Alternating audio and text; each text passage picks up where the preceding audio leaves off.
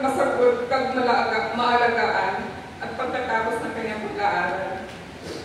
Your light shines brightly in my heart, guiding me through the shadows of grief toward the place of peace and acceptance. We know that Ate Nini will take care of us. Naging mo kami na hindi kami pagbabayaan ni Junjun.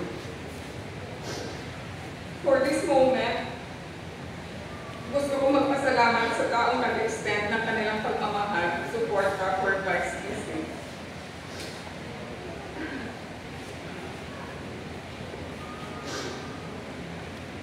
Senator Lauren Ligarda,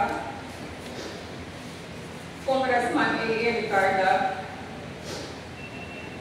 Governor Duda Cadyao, Undersecretary Jonathan Tan, Ex-Governor Inday Sally Perez, Mayor Mar Mission, sa lahat ng mga ST members headed by Vice Mayor Pama, sa lahat ng former staff and special agent ni Vice na walang sawang nagmamahal kay Vice at sa amin hanggang ngayon. Kimberly Dome, Ardix San Romeo, Mayor Justin Encarnacion,